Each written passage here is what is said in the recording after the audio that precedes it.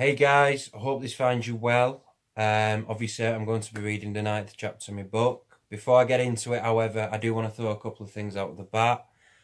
I feel with the following that I've gathered by doing these chapters, I owe you an explanation as to why I've been absent these past couple of days. There's no easy way to say it, but I was talking to my girlfriend the other day, and I was telling her, I was sort of struggling.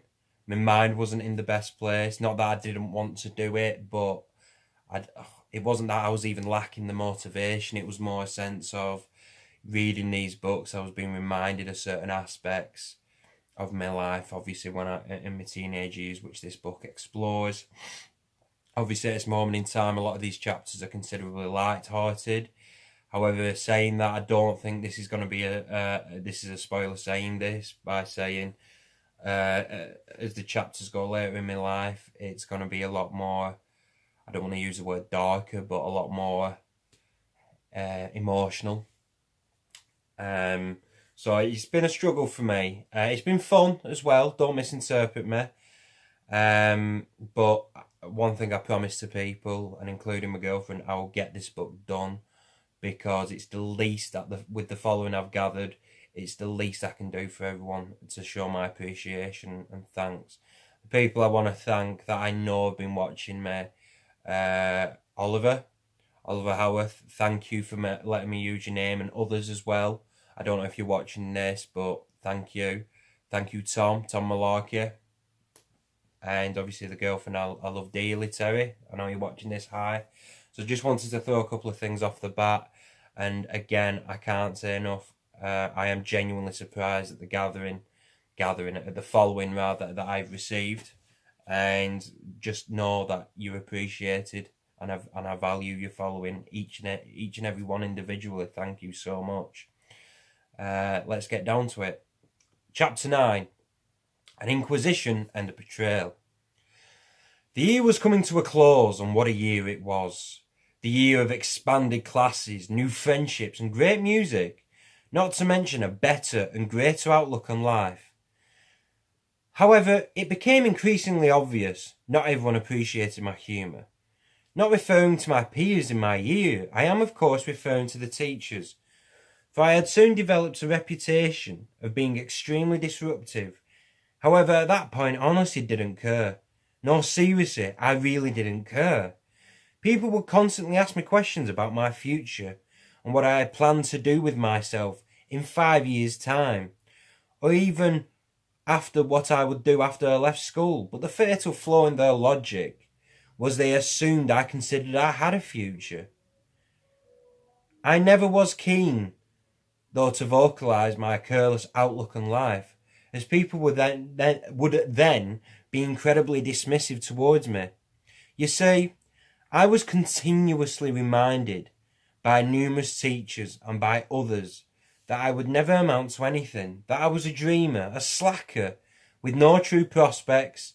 So that being said, if you had such a sobering ideal drilled into someone's head, how can you then assume they would want to make plans in such a bleak future? Because the worst aspect was I believed them.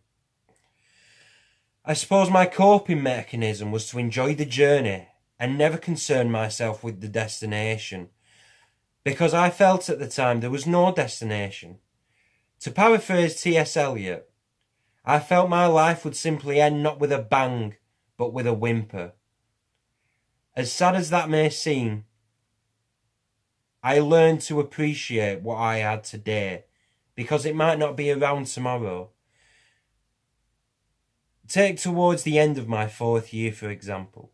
My social circle went through a phase of performing and recording public stunts around school, from putting mints in Coke bottles, then dropping them from the top of the staircase, to Gavin and Danny prattling about in the AstroTurf, to Alex and Brad beating each other with books.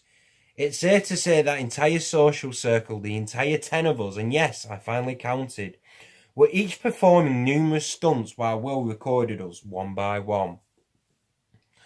However, it's safe to say that none of us had anticipated what had come next, or what was to come next, rather. I remember so vividly that I was sat in the classroom. It was a chemistry lesson with an incredibly jaded teacher called Bennett. I remember having numerous conversations with my classmates, and how strange his outlook on life seemed.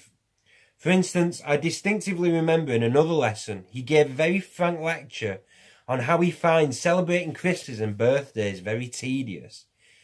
His argument was that why should he have to be reminded to celebrate the affection he has for his loved ones, just because the Earth just happens to be at a certain point on its orbit around the Sun?